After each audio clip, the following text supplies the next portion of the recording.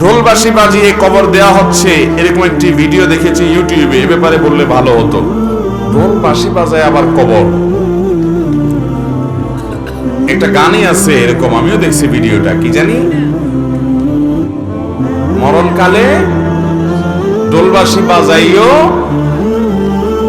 কি ভাই, তরিকার ভাই না দরবারি ভাই? হ্যাঁ, এবং সে গানের একটা কথা খুব আপত্তিকর আছে, সেটা আরো বেশি, সেটা হলো কালিমা কালামও ভাই কোনো কিছুর দরকার নাই। কালিমা কালাম কিছুর দরকার নাই, ঢোলবাঁশি বাজাতে বাজাতে নিয়ে কবরে দিও।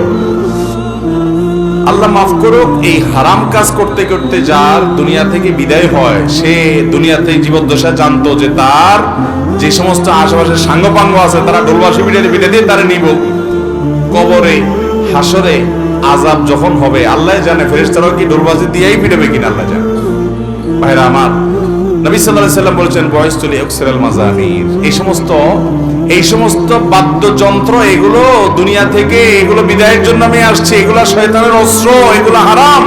অতএব ঈমানদার জীবদ্দশায় যেটা করতে পারে একটা মানুষের মৃত্যুর পর তাকে বিদায়ের সময় বলে কালিমা কালামই দরকার নাই।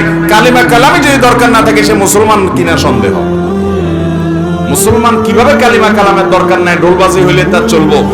আমরা তো কালিমা কালাম পাইছি কোরআন থেকে, হাদিস থেকে। এর ঢোলবাজিটা কে দিল? কে দিছে বলেন? শয়তান দিছে। তো শয়তানের এই জিনিসটা নিয়ে যদি কবরে যায়, মায়ের কি পিঠে পড়বে না নিচে পড়বে?